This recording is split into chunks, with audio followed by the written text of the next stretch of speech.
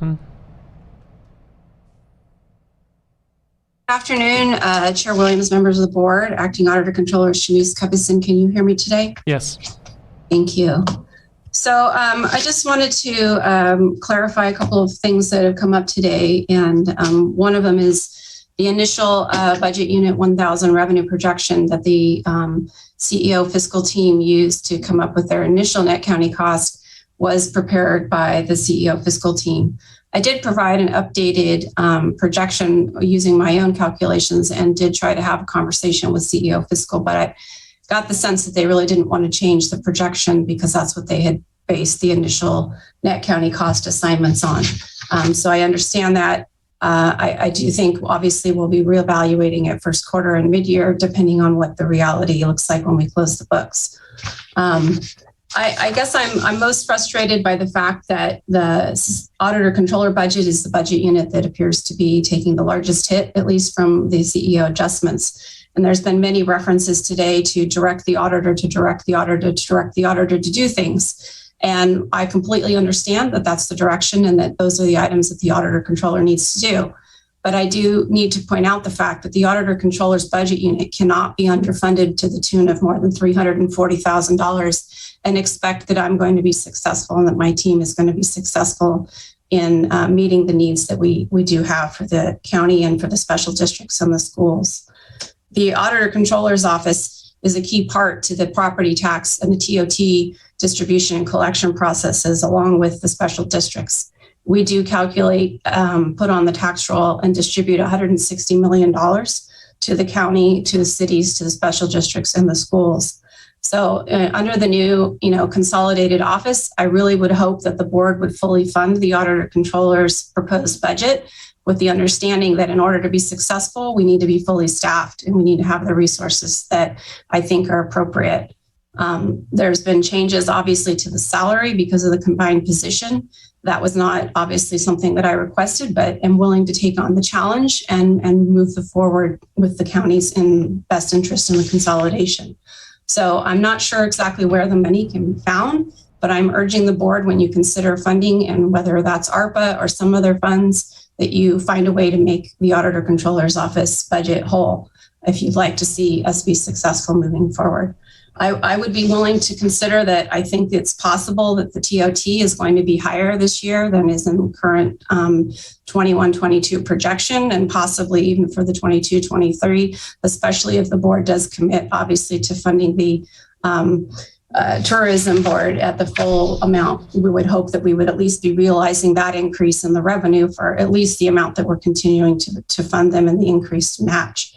So I would hope that the board would consider possibly revising the TOT projection by enough to possibly cover the auditor controller's budget or direct that ARPA funds be allocated to bring positions up to pre-COVID, or that ARPA fund be used somewhere else in the county to free up additional general fund to help support the auditor's office budget. CEO Antle, is ARPA funding a possibility? Darcy Antle, interim CEO. Yes, we have set aside, we're asking for a set aside of $1.7 million of the ARPA fund to bring staffing levels back to pre-COVID. Right. So I think it's important that the board make it clear that state mandated functions like the auditor controller are one of our top priorities, and that before we create a water agency or even fill potholes, that we cover the costs of mandated services. Supervisor McGordy. Well, I agree. That's basically our, income, and we can't have that department limping along. Even if we use Patrick's model of, if there's positions that have been sitting empty that we can't recruit, of basically saying, okay, we're not going to do those in favor of staffing the auditor controller, because we really need a well-functioning auditor controller, tax collector, treasurer, just for our own basic economic health. And for the auditor controller, is there any other assistance you need from the board? You and I have had several conversations as of late about how to reset the relationship and ensure that the county finances are strong going forward. Are you looking for any more support from us? I'm sure I appreciate that, Acting Auditor Controller Shamiz Cubiston. I think moving forward over the next 6 to 8 months, maybe longer, there's probably going to be additional opportunities as we try to look at the actual consolidation process. I'm not sure how soon that's going to begin, if that's going to take place before January or if that's going to take place once we get to January.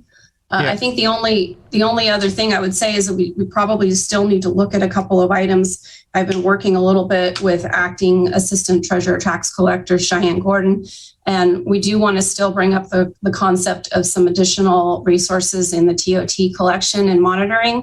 So that is something that's probably going to come forward, in the next couple of months, of whether we're going to want to enter into a contract for the software that essentially assists us in gathering data from various scraping resources they have to make sure that we're able to confirm that we're getting the dollars we should be getting on the TOT collections and be able to target those that appear to be low for audit purposes. So I would say there will be opportunities in the next probably 3 to 6 to 9 months for additional support. I think now is not the time that I would bring it up. I would just hope for the board's support to consider possibly appointing me to fulfill the term of the auditor controller now that the election has been completed. And because it's come up in various circles, there's a sense that the board has directed the two offices to consolidate into one. I don't think that's quite accurate. I think you are becoming the elected department head of both. But there isn't any pressure from the board that I've seen to immediately consolidate. Maybe they never get consolidated. It's just that there's one elected department head that's overseeing the joint operations. So if a supervisor disagrees, now would be a time to speak up, but I don't want the auditor to feel that she's under a time constraint to merge the offices.